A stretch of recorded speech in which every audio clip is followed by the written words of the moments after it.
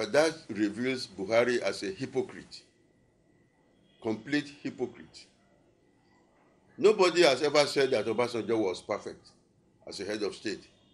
People like me and others like me have been criticizing every head of state. You know, when I was talking, I criticized Obasanjo, I criticized Yar'Adua, I criticized all of them have not fought corruption the way they should. They have all been corrupt, and that's why they all try to cover their tracks by looking for somebody who will cover them up when they are leaving office. They have all been corrupt. But why is Buhari just mentioning that now? When Obasanjo was supporting him in 2015, did he not know that Obasanjo didn't produce power with $16 billion? Why didn't he say it then? And since he has been there now for 3 years, why hasn't he taken action? Since he has all these records with him and he has all those facts, why hasn't he taken action? That shows that as long as people are supporting him, he's ready to cover up their corruption. That is consistent with what I have said before. That once you are his supporter, he will cover up your corruption. But the moment you begin to criticize him, it is then you are corrupt. That is consistent with what I said about people just becoming saints. The moment they cross over to APC, they become saints and angels. It's very consistent. So it's only now seen that Obasanjo was mishandled the power fund, now that Obasanjo is criticizing him. If Obasanjo was supporting him, he wouldn't mention anything about that. Nothing. That is not our problem. We should be tired of the narratives in this country. If the people vote for you, they don't vote for you to go and criticize the people. They have criticized the people, they have removed them. What people expect of you is what you want to do for them to better their life. All this noise we make about pacifists, how does it affect us positively? Tell me. We don't need it. Now we have been told by Femi Fani-Kayode that even the president himself was not as clean as we thought. So, do we need that? That is diversion. Let this government do what we want. We want food on the tables. We want peace. We want security. We want education for our young people. We want jobs. Let them create it. Let them forget about 16 billion of 1,000 years ago. What has that got to do with us? Because that is one-sided story. If you ask Obasanjo to go and explain, he will tell us a different story. Do we need time to waste on such things? No. I think it's a sign of failure. It's a sign that they don't know what to do. It's a sign that they are confused. If you are still talking about the iniquities, inefficiency, or the corruption of the past government after 3 years in office, and yet a party that controls the government at the executive and the legislative level cannot pass their budget after 6 months of the expiration of the previous budget. Why didn't they face that one instead of telling us what Obasanjo had done 100 years ago?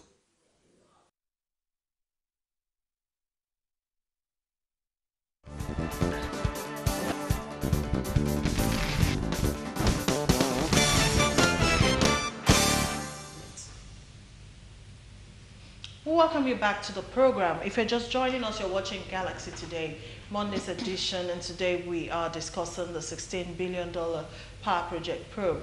We're starting from Abuja this morning, and our guest is from the Whistleblowers Network, Dr. George Ubo. Good morning, Dr. Ubo. Thank you indeed for joining us on the program all the way from Abuja. Now, a quick first question to you. All the issues in this particular matter are quite clear, as revealed by publications upon publications. Now, one would wonder, with all of these evidences, why is it that so far nobody has been prosecuted?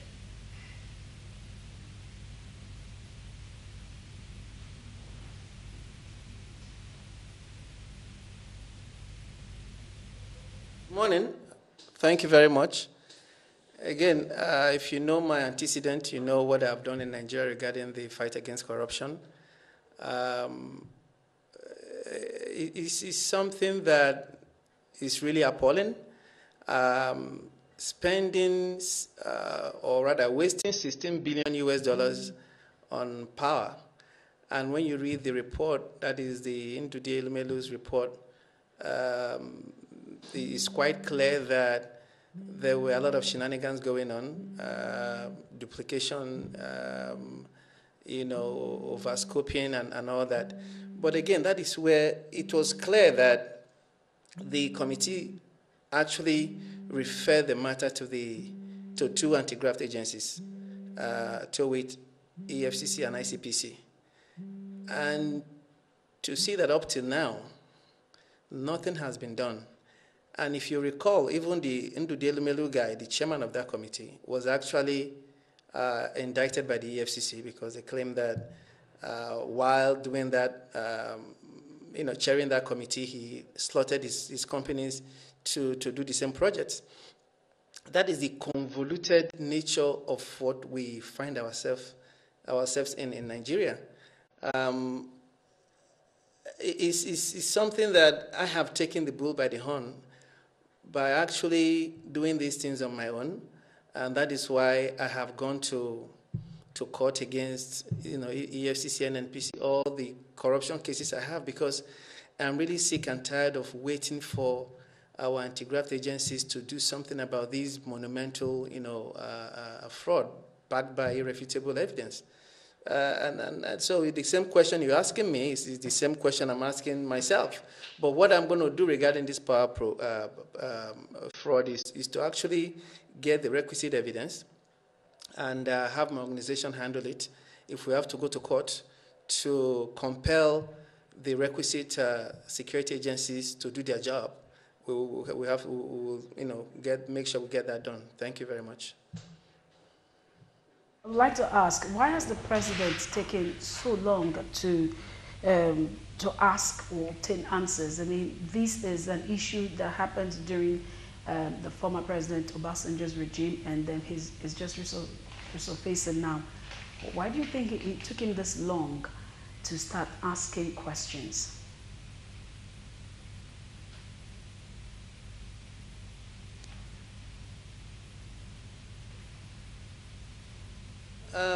My take on the issue or the ambivalence when you talk about the president and the presidency, when you juxtapose everything, I have stated clearly on TV, your sister company, I think on June 6, 2016, because I wrote the president, and I was very clear in my letter to the president that while I'm convinced he's not corrupt, that if he does not mete out the requisite punitive measures against his cabinet members when necessary, he will end up wearing the crown of corruption by omission or inaction.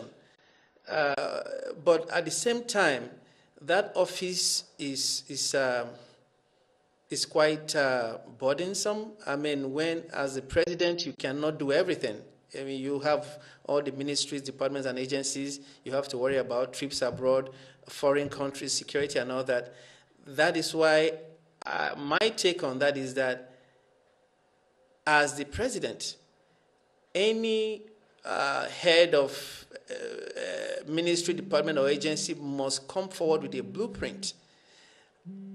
I have been on EFCC, if you know. I mean, I took the EFCC to the Senate. It led in part to the sack of Lamode, and I'm still fighting them. We are celebrating mediocrity, and pretty soon I think we're going to be celebrating incompetence, because when I read the Ndudi Elumelu report and the fact that I now remembered that even Ndudi Elumelu himself was arrested, and nothing came out of all this, both the report from the committee to the EFCC, EFCC and ICPC, nothing happened. The chairman of the committee himself was arrested, nothing has happened.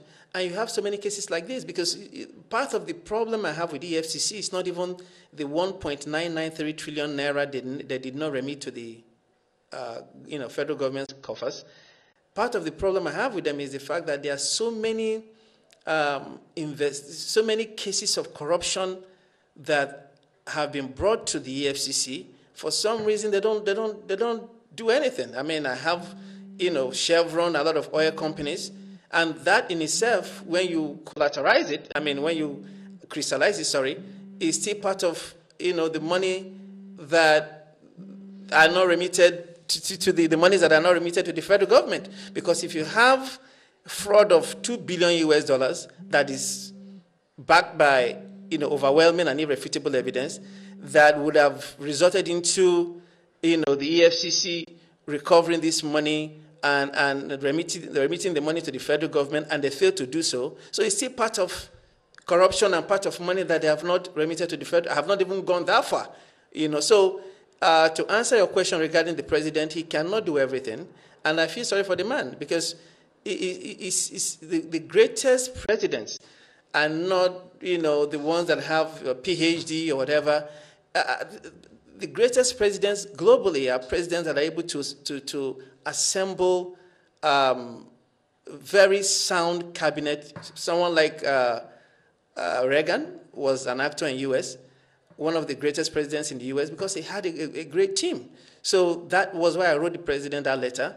And until that is done in Nigeria, we get, we need to plug the right pegs in the right holes. I always say that Mark Carney, the governor of the Bank of England, is not even British. He's Canadian, because the British knew that he had performed very well at Goldman Sachs in New York and performed very well as the head of the central bank in Canada, and they brought him on board, much to the chagrin of all the economists in Britain. So that is what we need to practice in Nigeria: meritocracy.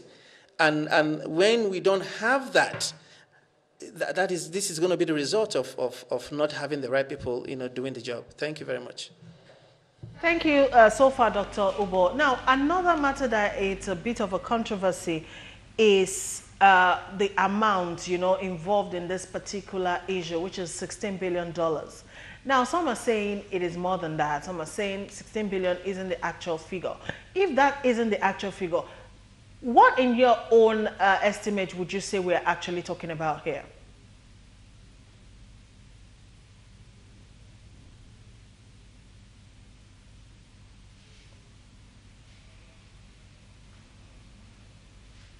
Again, that is part of the incompetence I'm talking about. We are supposed to be a country of record. I would want to digress a bit. I believe about 2 weeks ago, the KPMG came up with that report of 500 and something billion naira and $21 billion. That is the funds not remitted by revenue generating agencies. And I flipped. I mean, I was livid, because in 2014, PricewaterhouseCoopers came up with about $18 billion for only NNPC, and that came about after the now emir, then CBN governor, blew the whistle that about $20 billion between 2012 and 2013 not remitted by only NNPC. And now, in 2018, KPMG is coming out with only $21 billion that cuts across about 18 revenue-generating agencies. That is an insult. The same KPMG that has been thrown out of South Africa. George Yubo sitting here with you, NNPC alone, I have my evidence of billions of dollars, and I've taken NNPC to court, and I will avail you the documents because of the fake accounts NNPC staff maintain in different banks in collusion with bankers. An NNPC account with $230 million at Keystone Bank under the designation NNPC/Demola Banjo, another one FGN security account for $301 million, on and on and on. So for KPMG to come and give the report to NEC, National Economic Council, most of those people there are aware of what happened back in 2012, 2013, when Sanusi came up with. So it's part of the incompetence I'm talking about. We don't look into records. We talk and talk and talk. Within 3-6 months, we have forgotten what we have talked about.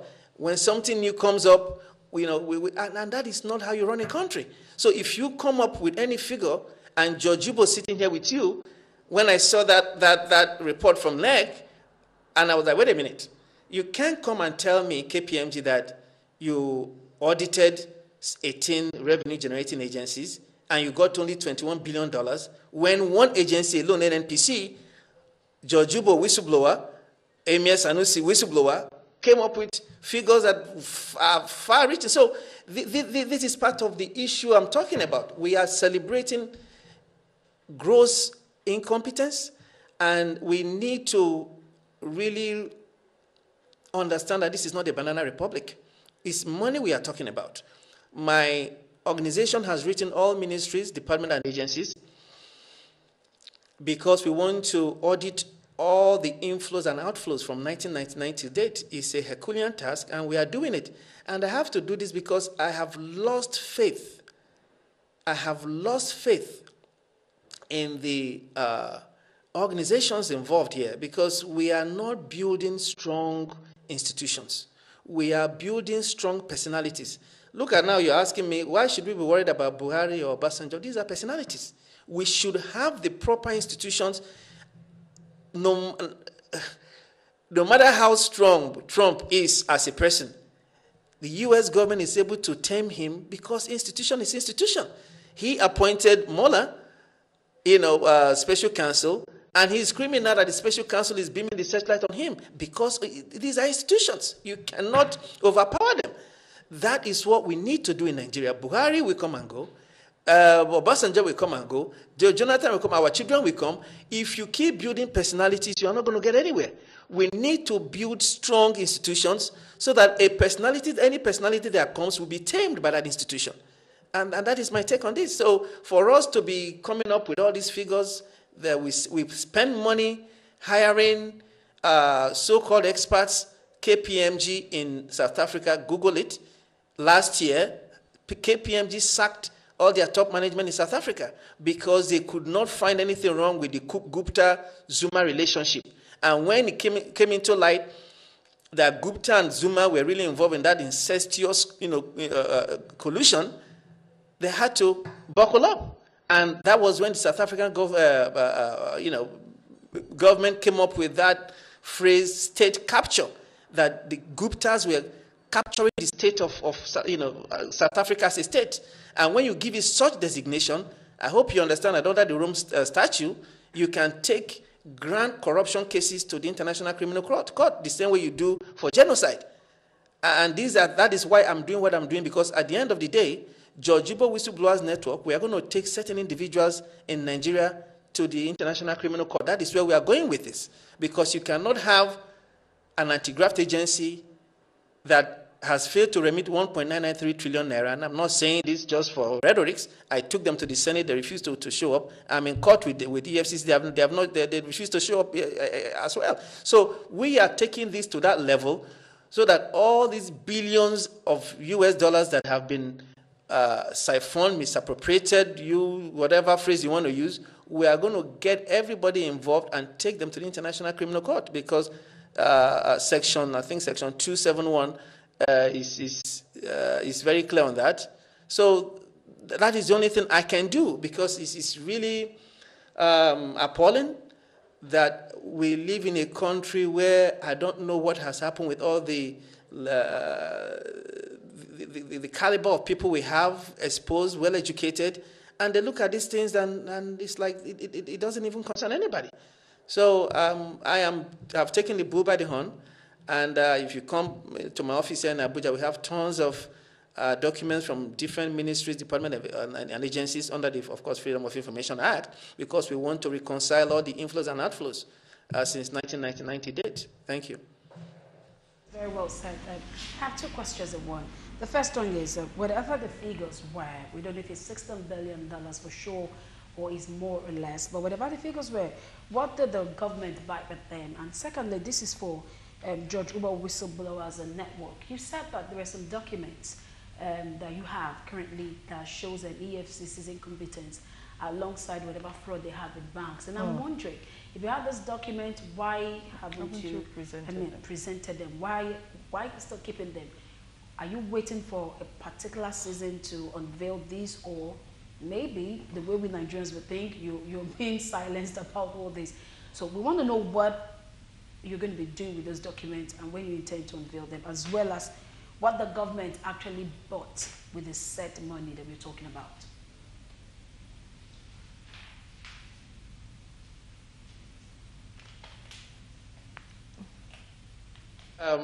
Thank you, Madam. If I hear you correctly, if you're talking about the NNPC document, yes, my Jojibo Whistleblowers Network, we are quite transparent.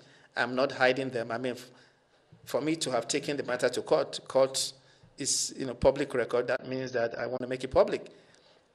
I do have the documents. I can give them to your guys here. That case is quite simple. NNPC maintains some accounts in banks that are used to siphon money. Now, why that really concerned me is that our country, Nigeria, we are, of course, solely dependent on oil. So NNPC is the core, is the fabric of our society. So to now have NNPC staff maintaining over 500 fake NNPC accounts through which they siphon monies in collusion with banks, to me, is quite colossal. And I wrote NNPC.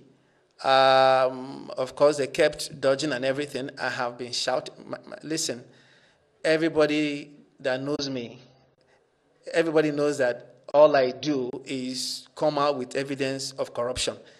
Now, when it got to the point, I saw that like that lone voice in the wilderness.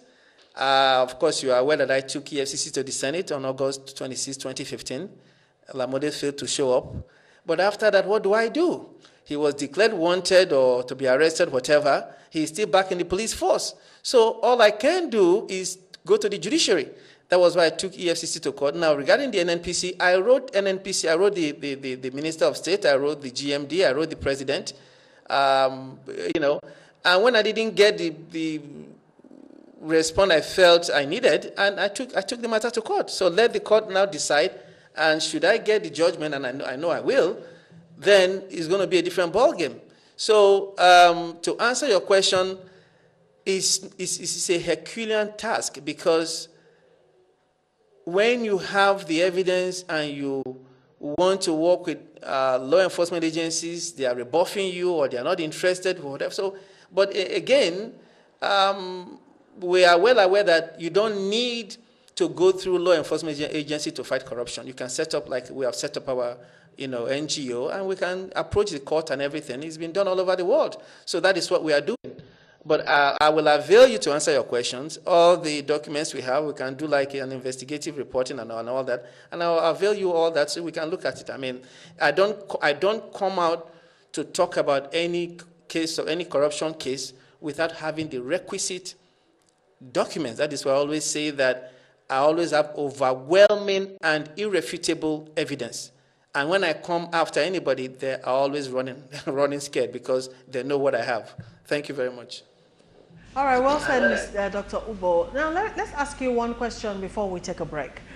You mentioned gross incompetence, on the part of the EFCC, and also a lot of, many sins of that particular government agency. Now, let me ask, in your own opinion, do you think that the EFCC might have outlived its relevance if it's not doing, the job for which it was established in the first place? Has it outlived its importance?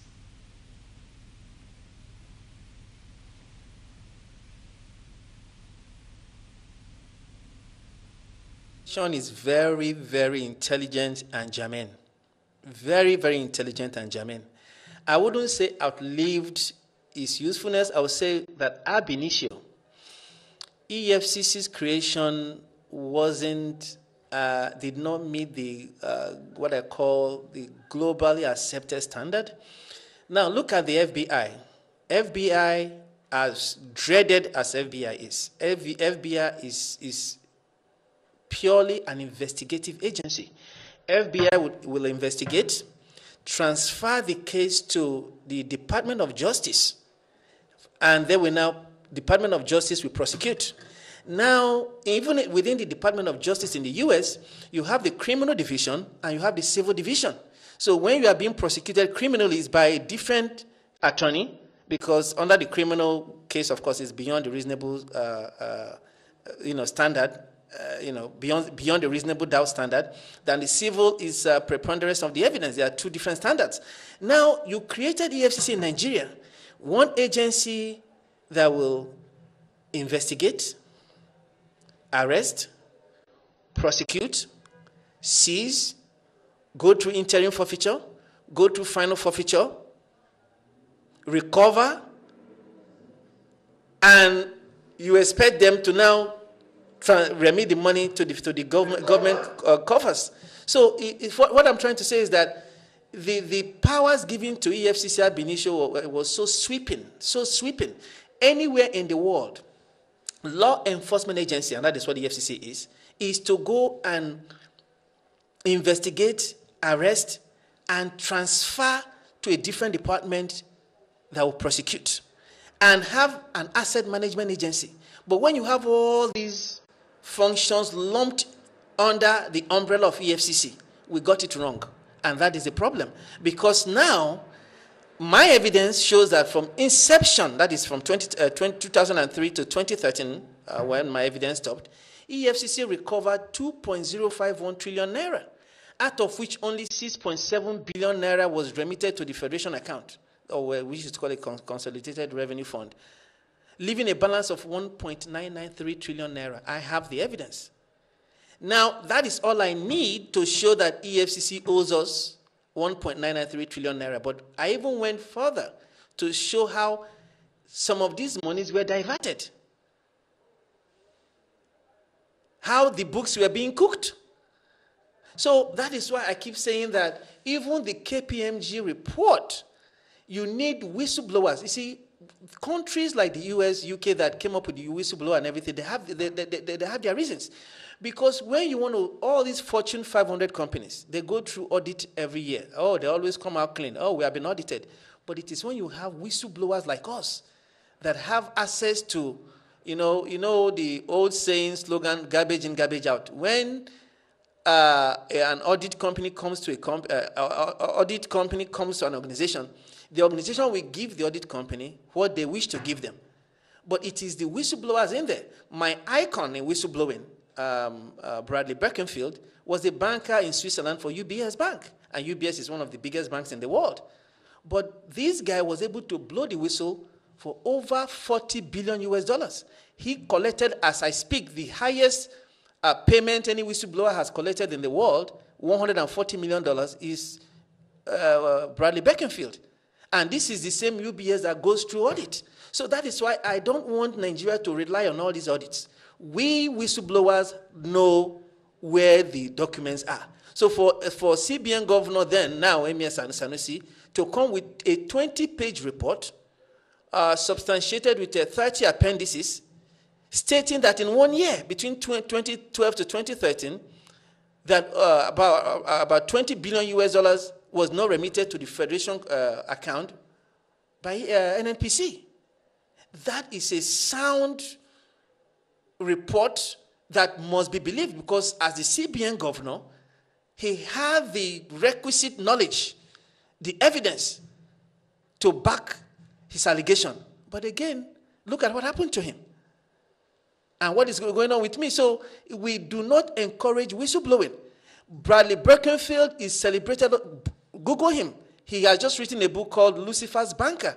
He was summoned to France to testify against some people too. He's celebrated all over America as a whistleblower. But we don't want to allow things to go on the way they're supposed to go on. So that is my gripe here. I may be losing your original question, but I think I've answered that regarding the wrong EFCC. Like I said, it was a creation in error. I mean, because of sweeping powers given to EFCC. Thank you very much. Judge Ubo, for your time with us this morning. All right, we're leaving Abuja, and when we return from the break, we'll be in Ibadan. Remember, we're still discussing the accusations and counter-accusations between former President Olusegun Obasanjo and President Muhammadu Buhari over expenditures on the power project. We'll take a break. We'll be right back.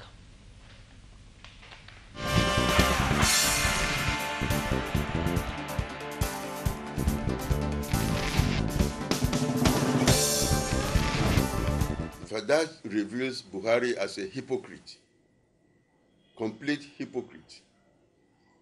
Nobody has ever said that Obasanjo was perfect as a head of state. People like me and others like me have been criticizing every head of state.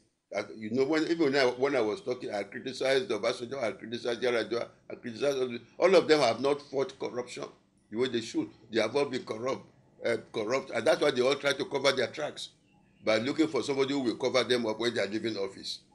They have all been corrupt. But why is Buhari just mentioning that now? When Obasanjo was supporting him in 2015, did he not know that Obasanjo didn't produce power with $16 billion? Why didn't he say it then? And since he has been there now for 3 years, why hasn't he taken action? Since he has all these records with him and he has all those facts, why hasn't he taken action? That shows that as long as people are supporting him, is ready to cover up their corruption. That is consistent with what I have said before.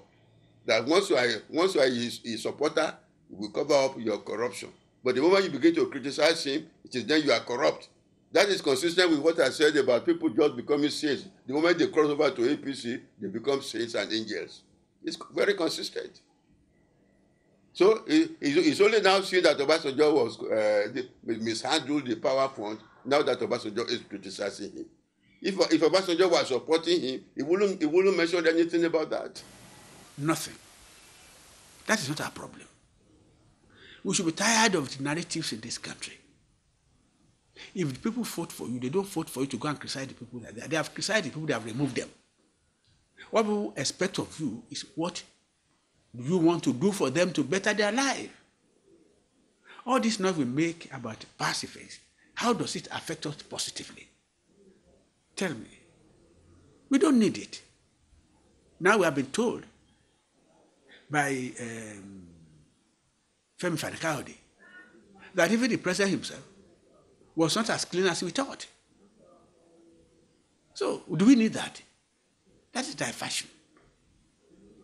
Let this government do what we want. We want food on the tables. We want peace. We want security.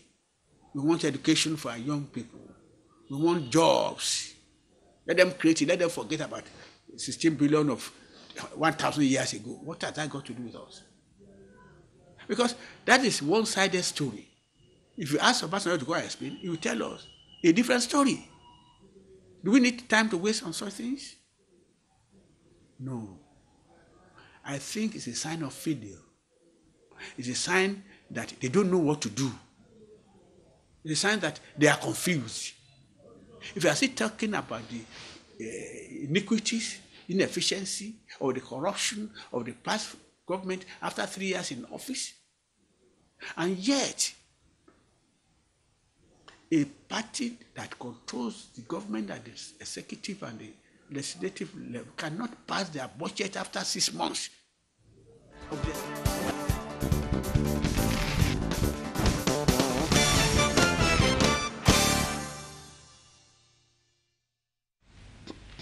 Welcome back. We're still looking at the controversies over the alleged $16 billion power project between former President Olusegun Obasanjo and current President Muhammadu Buhari.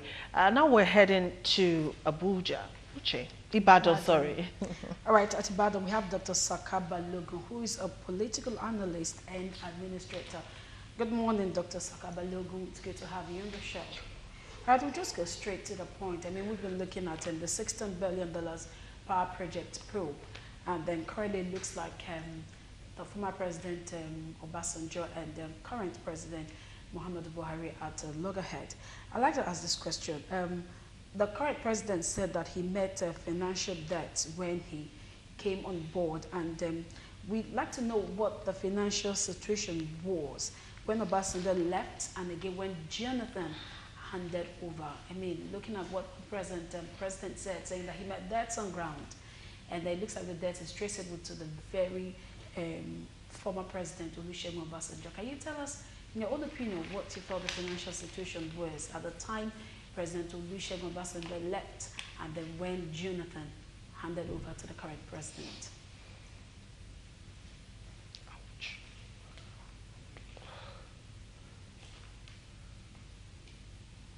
Much good morning. You see, I am not an accountant. I have never been in the office of, and I don't make any pretensions about that. I'm an historian. In fact, a political historian, not an economic historian. So that question may be off the course, but I have some general ideas. So the tendency in Nigeria is for the incoming officer to paint a very gloomy financial picture of the situation he has just come to meet, saying that there was nothing there. It's not just not with the president; it's even with the governors. They say it just to make prove some alibi why they are not expected to perform well, preparing the ground for failure. I think that is the general thing. I'm not in a position to roll out figures about what the situation was, but I know that the general tendency is for the newcomer to present a picture of profligacy of the immediate past administration, leaving virtually the treasury empty. So I think that is how far I can go. It's a general. I'm not sure. If the treasury was empty when President Buhari came in, how did he fund the administration for about 6 months before he got his cabinet? Let us talk about the reality, the facts on the ground. This government is just incompetent. It's as simple as that. It's incompetent. It's not objective. It's unnecessarily partisan, and it's looking for excuses to justify failure. And if the old man feels he cannot do it, let him resign. If after 3 years he can resign honorably. He has trusted so many lieutenants, delegated powers to people who have dented his image, who have performed very much lower than we expected from his own moral standard. So that is the way I can look at it. It's not the question of the treasury being empty, the treasury being full. It's just an excuse. All right, we feel your pause, Dr. Balogun. But then, one of the questions on the minds of majority of Nigerians is why now? Why is it now that President Buhari is bringing up the issue of the 16 billion naira power project, especially at a time when it is quite obvious that former President Obasanjo is not supporting his second-term bid? We're wondering, why didn't he bring up, this whole issue in 2015 when he had the support of Obasanjo, as it were?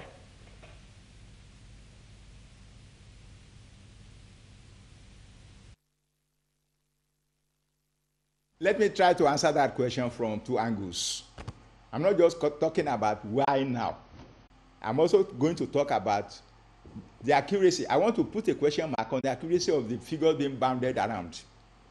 As I've said, I'm not an accountant. But from all that we have had, in fact, listening to George Ubo, the man in charge of the whistleblower organization, he has educated me a lot. And I think that is the best person that has come on this program to educate many people who are not professionals like me. So, I first of all, we are not sure about the accuracy of the figure being bounded around. Is it 16 billion? Is it 2 billion? Is it 13 billion? I know that about 4 different committees, investigative committees, have been set up on this issue. One of them was the one led by Elumelu. The House of Representatives Committee also investigated, and 2 others. They've never agreed on the figure. That is so. Why, for me, if I were President Buhari, I would be sure of the figure I would talk about before talking about anything at all. Instead of finding out, because if a man like him talks, he must talk accuracy. He must talk with precision. Where is 16 billion? Where is the power? Which power? And now when? To answer that question directly, that is, asking that question now confirms my initial impression that it's just being partisan. It's not objective. He's very selective in his war against corruption. Is anybody who is not dancing along his line that will be investigated? I'm not saying that all the people investigated are not corrupt or they are corrupt. I'm not saying that. But I'm saying that this administration is extremely selective in targeting people for probe. And that really erodes the credibility that will normally be associated with that kind of high office, the office of the President of Nigeria. They have bastardized that office, and it's unfortunate. All right, very well said, sir. But I'd like us to go back to the case of EFCC. I mean, these are supposed to be those who are supposed to investigate financial crimes in the country. And then we're wondering, why have they been quiet all the while? I mean, why haven't they been persecuting or investigating this fraud, knowing that this fraud had been from the day of the former president Olusegun Obasanjo, not up until now, almost 20 years later? Do we smell a political thing here, or is it that EFCC is just like a desiccant?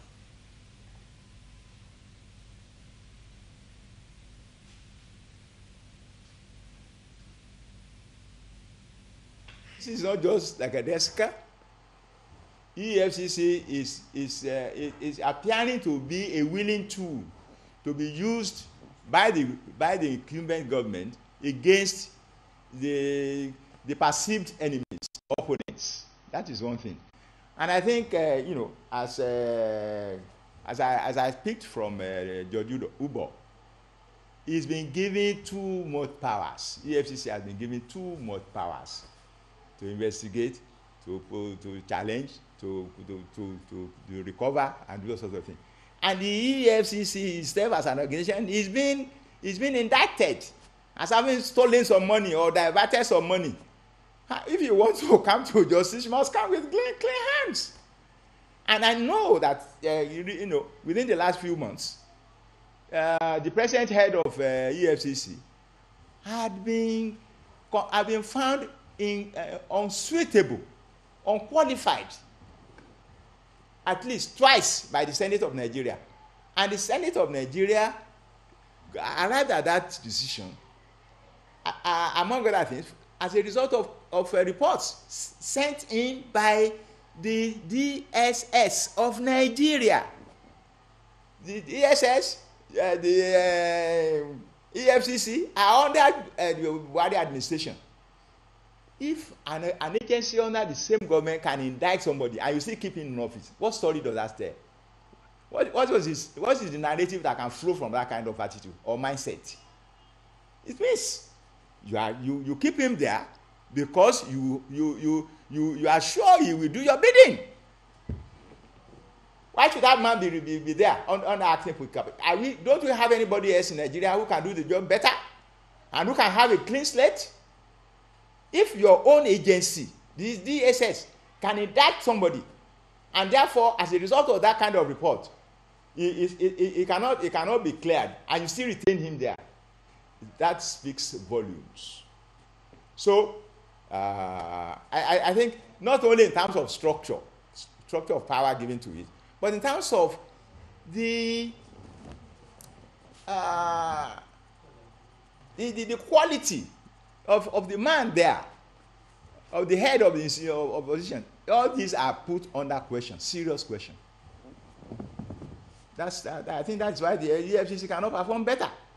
Somebody, as one of the computers said, somebody in the PDP the last 3 years or so, once he moves to APC, he has become an angel.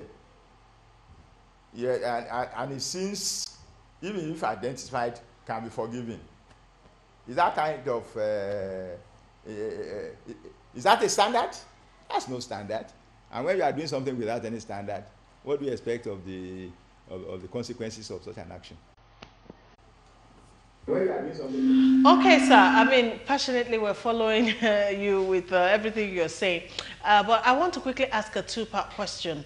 First of all, former President Obasanjo, you know, when these allegations were brought forward, accused the president, Muhammadu Buhari, of being ignorant, you know, of the fact.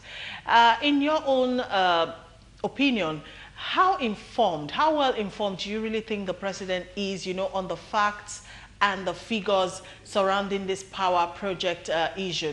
And then second of all, let's come down to the nitty-gritty of the issue, which is how the masses are receiving this news. Now, for a country that is still working on its economy and trying to get a balance, if you know what I mean, when these issues like this are brought to the fore, that suggests how our funds are being wasted. You know, so much money put on a project and nothing comes out of it. You know, how are Nigerians supposed to receive this kind of allegations, you know, coming out at a time like this, especially when the general elections are close by, you know?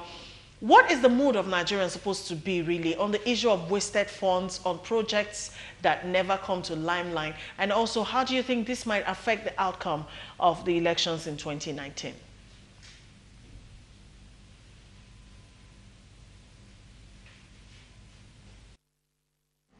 In my earlier comments, I said that I was disturbed that the accuracy of the figure 16 billion was being challenged. And there has been no response to that from the presidency to insist that the figure was accurate. That tells a lot about the level of details. I want to be very, very modest, you know, when we are talking about the personality of the president of the country. I'm in Nigeria. I'm a patriot. So, although I've been a teacher, you know, most of my life, at the primary level, at the secondary school level, and I taught in 3 universities before I retired. So I'm not here to assess the academic qualifications or otherwise of the president. You are alluding to that. That's not for me. I think that was been done during the screening exercise, and it was just to be qualified. So don't push me into that area. What I would like to, but it's disturbing that the president will pick on a figure, and the accuracy of that figure will be challenged and cannot be so, and the challenge cannot be resolved. That is disturbing. Now, as to whether we are wasting funds or not, I don't have to be a chartered accountant to know that we are wasting a lot of money in Nigeria. Even in terms of comparison with the cost of building roads, comparing our own with neighboring countries, we know we are off the track. And that's why there is this very strong suggestion now that quantity surveyors and so on should be brought in more effectively in our plan, in our budget plans and so on, so that we can really have value for whatever naira or dollar we spend. you don't inflate. The general impression is that right from the design stage, that projects are inflated so that the extra is provided for sharing. And in most cases, the man who is awarding the contract now haven't inserted the extra, and that extra is first of all taken even before the execution of the project. What is left with the contractor may not be enough to carry out the project, so it's pushed to the next regime. And when the next man comes, that's why you have so many abandoned projects all over the place. When the next man comes in, he's interested in awarding his own fresh contracts so that he can have his own cutbacks. And the same process of the contractor not being able to finish well will continue. And so you have abandoned projects littering all over the place. So that we must face. Procurement Act and so on, we thought we would take care of this kind of thing. But to the best of my knowledge, it has not taken care. But we have made a good beginning. But as you asked me, if my view represents the view of several other Nigerians on this issue, I think we are inflating the cost of our projects. And that's why we are wasting a lot of money. That's why we have so many abandoned projects. And that is why, we are not making progress. Thank you. All right, you actually did not comment on all of this, having an effect on the forthcoming general elections, which is just around the corner.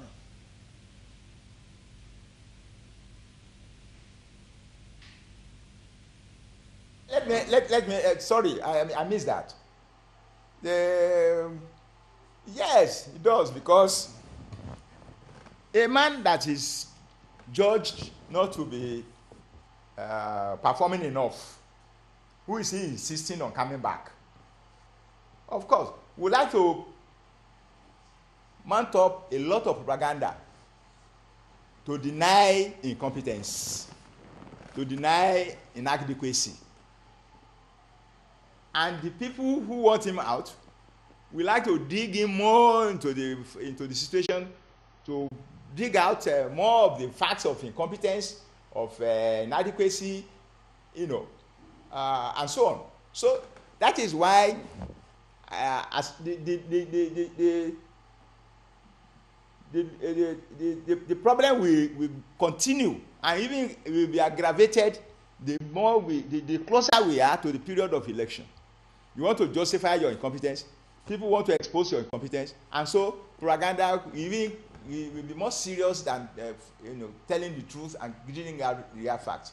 That is the possibility. Otherwise, why should the presidency just know now that Obasanjo, who ruled this country between 1919 and 2003, his sins are now just being, or alleged sins. I'm not convinced that there were anything.